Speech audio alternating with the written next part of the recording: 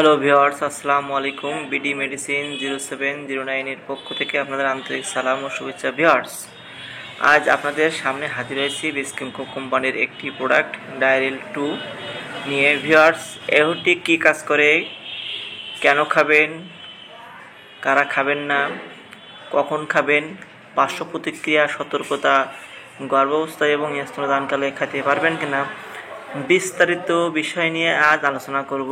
Viewers, যদি ভিডিওটি দেখে আপনাদের ভালো লেগে থাকে তাহলে অবশ্যই চ্যানেলটিকে সাবস্ক্রাইব করে লাইক দিয়ে কমেন্ট বক্সে কমেন্ট করে জানান।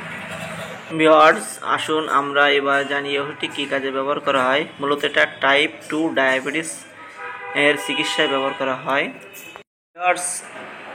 ভিউয়ার্স, ওষুধটি কখন খাবেন? দৈনিক 1 মিলিগ্রাম করে একবার, প্রয়োজনে আপনি 2 মিলিগ্রাম, 3 মিলিগ্রাম, 4 মিলিগ্রাম, অর্থাৎ রোগের উপর নির্ভর করে ওষুধটি সেবন করতে পারবেন।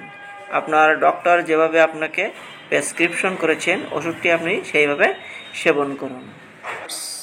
ভিউয়ার্স, ডায়ারিল 2 পার্শ্ব প্রতিক্রিয়ার ক্ষেত্রে রক্তের গ্লুকোজের মাত্রা তীব্রভাবে কমে যাওয়া, ক্ষণস্থায়ী দৃষ্টিশক্তির সমস্যা, বমি ভাব, বমি, ডায়রিয়া, পেটে ব্যথা, চুলকানি, রক্তচাপ কমে যাওয়া ইত্যাদি পার্শ্ব প্রতিক্রিয়া দেখা দিতে পারে।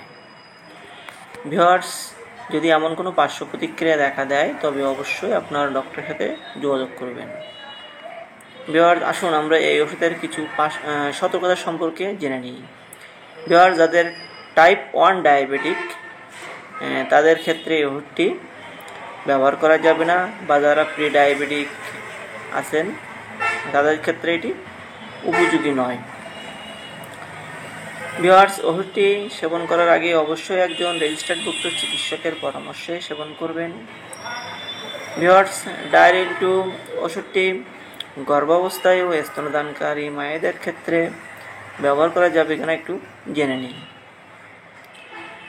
মূলত গর্ভাবস্থায় ও স্তন্যদানকালে ব্যবহার করা উচিত নয়। বুঝতে তো পারতেছেন, যারা বুকে দুধ পান করান বা যাদের পেটে গর্ভাবস্থায় আছেন তারা এটি ব্যবহার করতে পারবেন না। ভিউয়ার্স, আজ এই পর্যন্তই।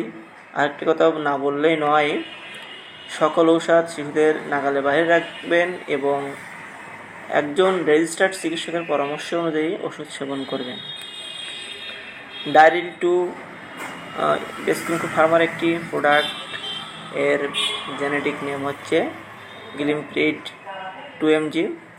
ভিউয়ার্স, যদি ভিডিওটি ভালো লেগে থাকে অবশ্যই সাবস্ক্রাইব করবেন। ধন্যবাদ সকলকে।